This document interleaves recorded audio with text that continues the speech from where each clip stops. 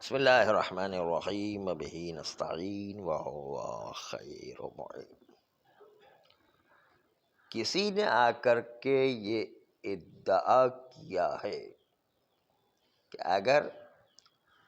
سیرت متشرعہ ارتکازیہ اس بات پر ہوتی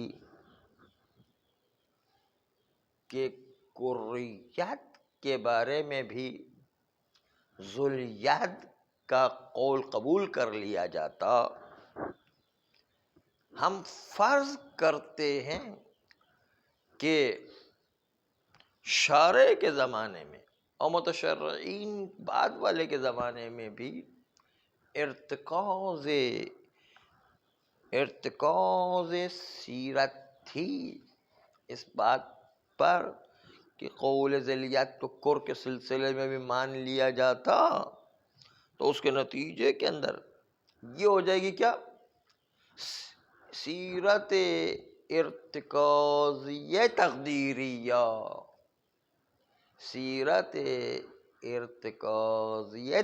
تقدیری، کیونکہ اس زمانے میں سیرت تو قائم تھی نہیں، اس لیے کور کے بارے میں لوگ جو جانتے ہی نہیں تھے۔ ہم فرض کریں کہ کور کے بارے میں بھی سیرت قائم ہے، سیرت ارتکازیہ، اور کر کے بارے میں بھی تقدیری سیرت مان لیں، تو اس کی بنیاد پر سیرت ارتکازیہ قائم اس بات پر کہ ذوالید کے قول کو مان لیا جائے، تو اس کا مطلب یہ ہے کہ اگر اس زمانے میں بھی سیرت قائم ہوتی تو اس زمانے میں بھی ذوالید کے قول کو کر کے سلسلے میں مان لیا جاتا۔ بس اس بنیاد پر ہم اس طرح ثابت کریں کہ اس زمانے میں بھی سیرت قائم ارتکازی اس بات پر کہ قول ذیلیت کو کریت کے سلسلے مان لیا جائے، جس طرح آغا شیخ مرتضی انصاری نے ادعا کیا ہے اس اجماع تقدیری کا کہ جو دلیل انسداد کے بارے میں، دلیل انسداد اس فرض پر کہ اس کے تمام مقدمات تمام ہو، یعنی علم و علمی کا راستہ بند ہو، اور ہم دیکھتے ہیں کہ ظن اور وہم میں، وہم طاقتور چیز نہیں ہے ظن کی نسبت، اس لیے وہم کو چھوڑ دیں گے، اور اگر احتیاط کرتے تو اس ہر جو اختلال نظام لازم آتا ہے، تو ہم ایک ہی پہلو رہ جاتا کہ ظن کو لے لیں اور ظن مطلق کو حجت مانیں۔ بس اس بنیاد پر علم علمی کا دروازہ بند ہونے کی صورت میں اجماع تقدیری ہے کہ سب کا اجماع ہوتا کہ ظن ہی کو اختیار کرنا ہے، حالانکہ یہ متفقہ طور پر نہیں مانا جاتا کہ علم علمی کا دروازہ بند ہو گیا ہے، اس لیے اختلاف ہو گیا، ورنہ اگر اس فرض کے اوپر علم علمی کا دروازہ بند ہو جائے تو اجماع تقدیری اس بات پر ہے کہ دلیل انسداد کو ظن مطلق کی نسبت سے مان لیا جائے، جس طرح آج شیخ مرتضی انصاری نے اجماع تقدیری فرض کی ہے، اس طرح ہم سیرت ارتکازیہ مانیں گے تقدیری طور پر کہ کر کے بارے میں بھی ذوالید کے قول کو قبول کر لیا جائے، اس لیے کہ اگر فرض کرے کہ وہاں سیرت ہوتی تو اسی پر قائم ہوتی ہے،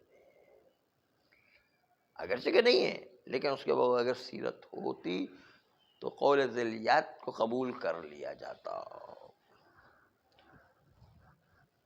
کہتے ہیں یہ دعویٰ بھی قابل قبول نہیں ہے، کیونکہ ارتکاز اگر خود مکلفین کی طرف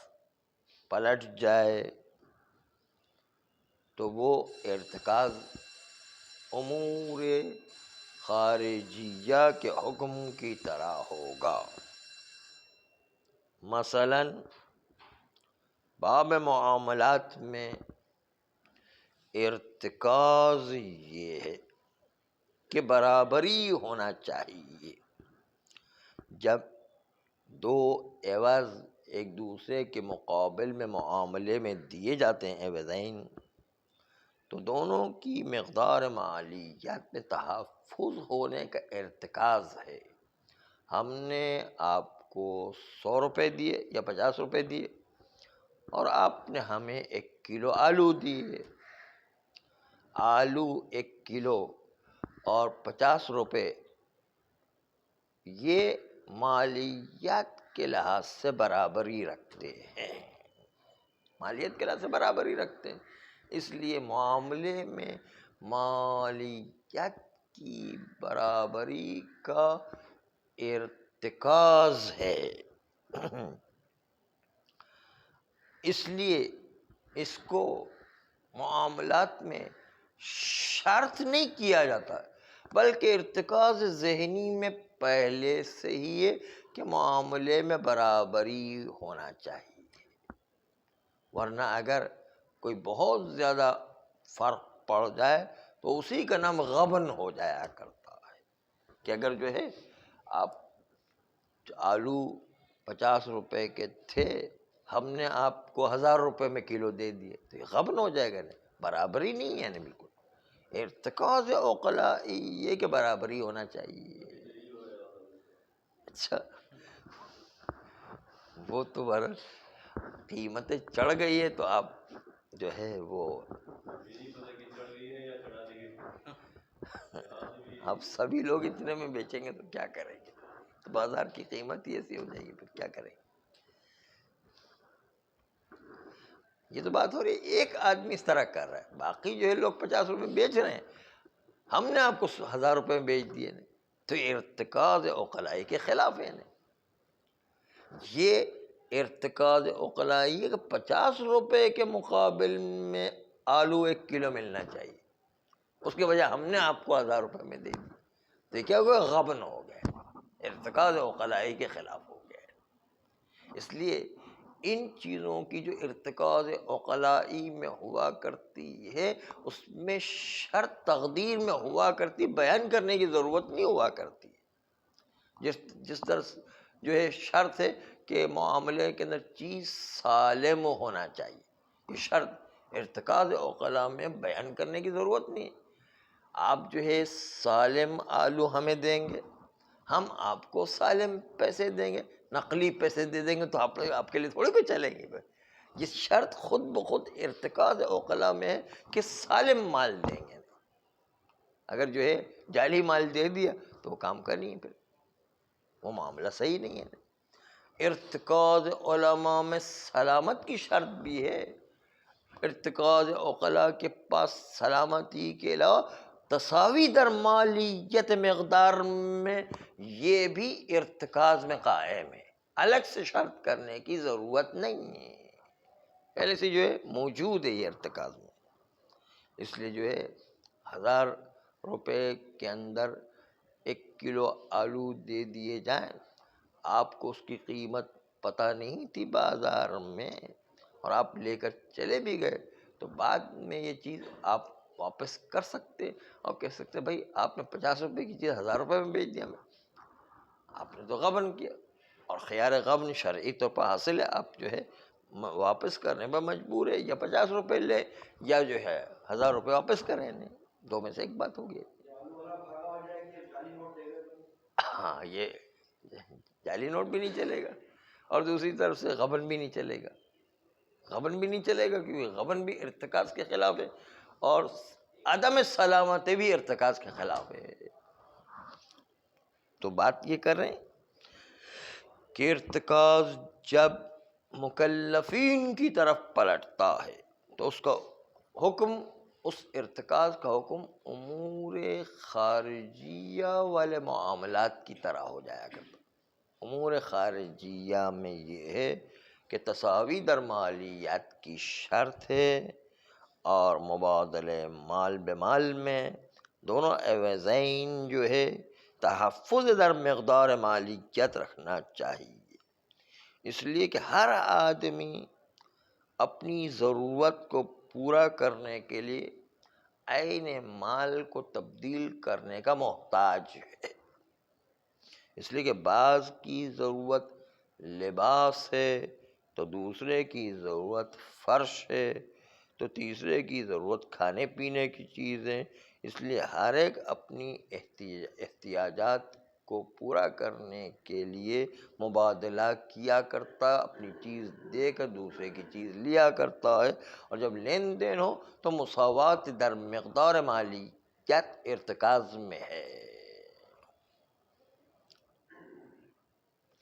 پس جب بھی اپنی حاجت کو پورا کرنے کے لیے تبادلہ کرے گا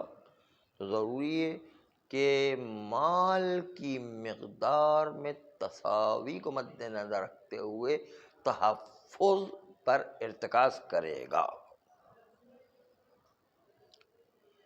چونکہ یہ تساوی امر ارتکازی عقلاء ہے،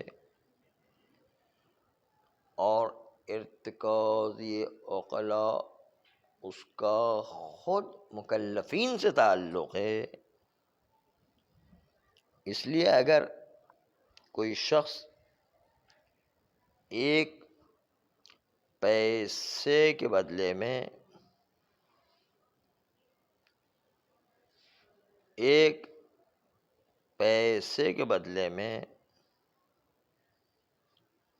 درہم کو بیچتا ہے تو مشتری کے لیے خیار تخلف شرط ارتکازی حاصل ہے کہ درہم کی قیمت بہت زیادہ ہے اور ایک فلس کی قیمت بہت کم ہے، ایک پیسے کی قیمت تو کچھ بھی نہیں ہے، نہیں وہ تو جو ہے وہ 10 پیسے جو ہے اس میں سے بھی ایک پیسہ اس کی کیا قیمت ہے، نہیں ایک فلس کی کوئی قیمت نہیں، ایک درہم کے مقابل میں دے تو یہاں پر کیا ہے، یہاں پر غبن واقع ہو گیا ہے، ایک پیسہ ایک درہم کے مقابل، ایک درہم جو ہے کم سے کم 24 روپے کا ہے، مثلا ابھی آج کل ریٹ نہیں پتہ لیکن فرض کر 24 روپے کا ہے، ہاں 40 ہو گیا، 40 روپے کا ہو گیا، تو ایک درہم 40 روپے کا ہے، دوسری طرف سے ایک پیسہ یا 10 پیسہ جو ہے 10 پیسے کے مقابل میں 40 روپے جو ہے دے دیے جائیں تو یہ تو غبن ہو جائے گا، نہیں ہاں یہ ارتکاز عقلاء کے خلاف جا رہا ہے، گویا کہ ارتکاز شرط مصرح کی طرح ہے، جس طرح کسی شرط کی تصریح کی جاتی ہے کہ بھائی آپ ہمیں دھوکہ نہیں دو گے، اگر ہم یہ تشریح کریں اسی ارتکاز کی تو مطلب کیا ہوا، آپ ہمیں دھوکہ نہیں دو گے، آپ ہمارے ساتھ غبن نہیں کرو گے، یہ شرط جس طرح تصریح کر رہے ہیں اسی طرح ارتکاز میں یہ بات چھپی ہوئی ہے کہ بھائی ایک 10 پیسے کے مقابل میں 40 روپے نہیں دیے جاتے ہیں، 10 پیسے کا ایک جو ہے فلس ہو اس کے مقابل میں ایک درہم نہیں دیا جائے گا، چنانچہ جو ہے جس طرح ہم تصریحاً شرط کرتے ہیں، ارتکاز میں جب بات موجود ہے کہ غبن نہیں ہونا چاہیے اور دھوکہ نہیں ہونا چاہیے، چیز سالم دینا چاہیے، گویا کہ یہ ارتکازی شرط تصریح شدہ شرط کی طرح ہی ہوا کرتی ہے، اسی لیے علماء نے خیار غبن کو اپنی جگہ پر ثابت کرتے ہوئے کہا ہے کہ چونکہ غبن ایک ارتکازی بات ہے کہ کسی کو دھوکہ نہیں ہونا چاہیے، کسی کو سلامتی مال میں خرابی نہیں ہونا چاہیے، اس لیے یہ شرط لگائے بغیر یہ شرط پہلے سے ہی موجود ہے۔ خلاصہ کریں کہ آپ جو کہہ رہے ہیں کہ ارتکاز تقدیری ہے کہ اگر اس زمانے ائمہ معصومین میں بھی یہ قائم ہوتا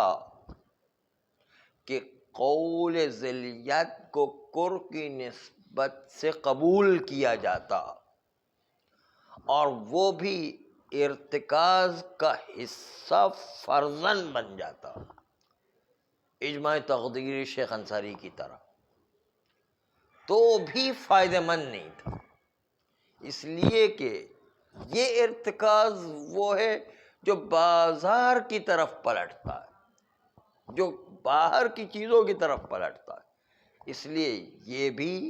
کام کا نہیں ہے۔ ارتکاز وہ کام کا ہے جس ارتکاز کو شارع نے امضا کیا ہوا ہو، یہ تو صرف مکلفین کی طرف پلٹتا ہے، شارع نے اس کو امضا نہیں کیا ہے، نہیں، اس لیے جو ہے پھر بھی اگر آپ ارتکاز تقدیری لے بھی لیں تو بھی کام کا نہیں، کیونکہ یہ بازار مسلمین کی طرف پلٹتا ہے، اور بازار مسلمین جب تک کہ اس کا امضا شارع نہ ہے تب تک جو ہے اس کا کوئی فائدہ نہیں ہوا کرتا ہے۔ یہ پہلی بات ہوگی۔ آئیے اب دوسرے ارتکاز کی طرف چلتے ہیں۔ اگر یہ ارتکاز کے قول ذی الیاد معصومین کے زمانے میں بھی اگر ہوتا تو وہاں پر قول ذی الیاد کو کر کی نسبت سے قبول کر لیا جاتا، تو پھر بھی سیرت بما یا سیرت قطع نظر از قول معصومین، سیرت بما قطع نظر از معصومین کو ہٹا کر خالی سیرت کو دیکھیں تو یہ بذات خود حجت نہیں ہے۔ سیرت کو جب تک کہ امضا شارع نہیں آتی تب تک اس سیرت کی بذات خود کوئی حیثیت نہیں ہے، اس لیے کہ بہت ساری چیزیں سیرت کے طور پر قائم ہو جایا کرتی لیکن وہ سیرت غلط سیرت ہوا کرتی ہے، اس سیرت کی کوئی حیثیت نہیں ہوا کرتی۔ آپ جو ہے تاریخ میں اور ابھی بھی آپ اپنی آنکھوں سے بھی بہت ساری چیزیں مشاہدہ کریں گے کہ سیرت بن چکی ہے لیکن وہ غلط سیرت ہوا کرتی۔ عورتوں کے اندر بے پردہ رہنے کی سیرت قائم ہو گئی، تو کیا اس سیرت پر مسلمان عمل کر سکتا ہے؟ نہیں، سیرت قائم ہو گئی، عورتیں بے پردہ رہ رہی، کیا کریں گے؟ اتنی ساری عورتیں جو ہے، بلکہ اکثریت سمجھ لیں وہ جو ہے تو کہیں سیرت مسلمین قائم ہے اس بات کے اوپر کہ عورتوں کو بے پردہ رہنا چاہیے، تو قائم ہو سکتی ہے جب تک شارع اس کی امضا نہ کرے، فائدہ کیا ہے نہیں؟ پھر سیرت کی شارع کی طرف سے امضا بھی آنا چاہیے۔ یا سیرت قائم ہو گئی اکثریت کی کہ جو ہے ابو بکر کی جو ہے تقلید کرنا چاہیے، علی کی تقلید نہیں کرنا چاہیے، تو کیا کریں گے؟ اب سیرت قائم ہو گئے، جب تک شارع کا امضا نہیں ہے تو وہ تقلید جو ہے بیکار ہے، فائدہ نہیں ہے۔ تو جی ہاں، بہت ساری جو پہلے زمانے میں بہت تھی، ابھی آج کل تو پھر بھی کم ہو گئے، داڑھی منڈوانے کی سیرت بہت، ہاں،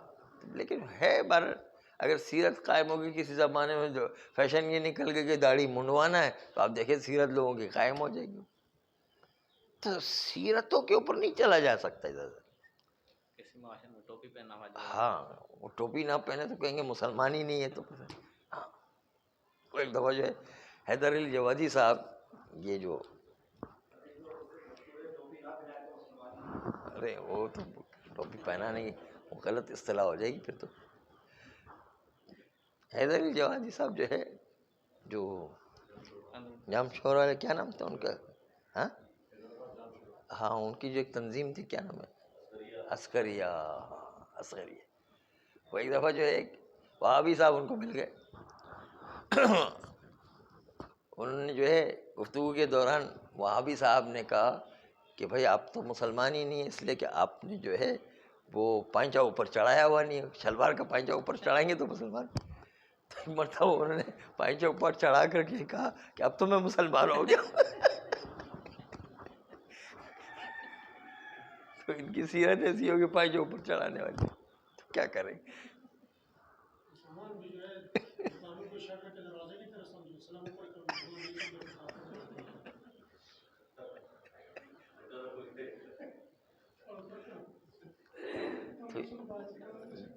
یہ بھی ایک بڑا اچھا مذاق ہے کہ اس کو سامنے جواب بھی دے دیے اور مزاحیہ طور پر کہ بھائی اب جو میں مسلمان ہو گیا کہ نہیں ہو گیا. تو یہ ان کی وہ سمجھ ہے.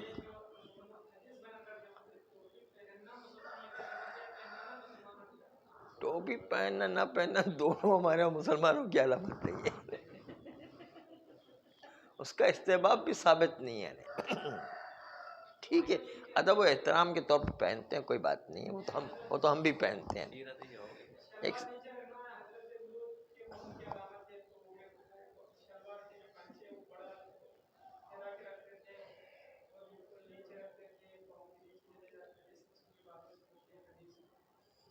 وہ اچھا ہے کہ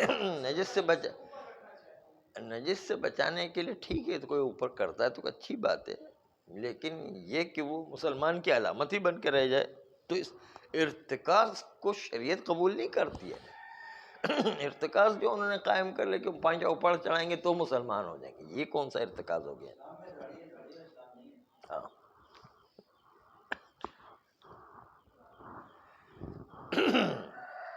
تو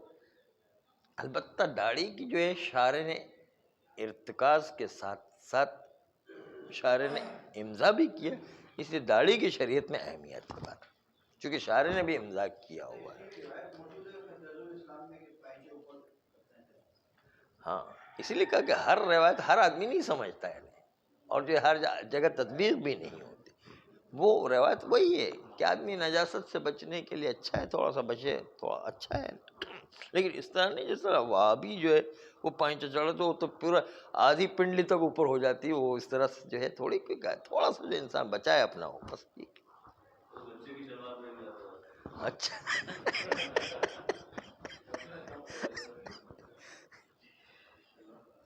تو یہ تو بڑا اچھا ہو گیا کہ جو ہے کپڑا کم خرچ کرنا پڑے گا, اب جو ہے بازار میں جو ہے کپڑوں کی کمی ہو گئی ہے. تو بات اصل میں عرض کر رہے تھے کہ دیکھیے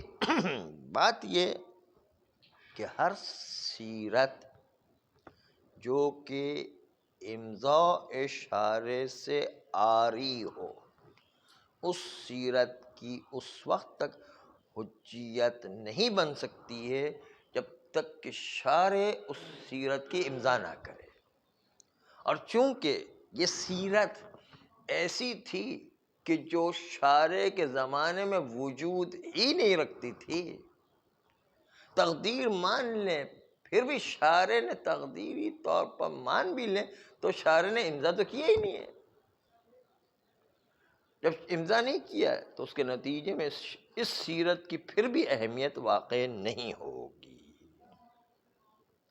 بس اس لیے سیرت ارتکازیہ یا بازار کی طرف پلٹتی ہے, یا سیرت ارتکازیہ لا حجت کی طرف پلٹتی ہے. اس لیے اس سیرت ارتکازیہ کو بالفرض ہم تقدیر میں مان بھی لیں تو بھی ہمارے لیے قابل قبول نہیں ہے. صلی اللہ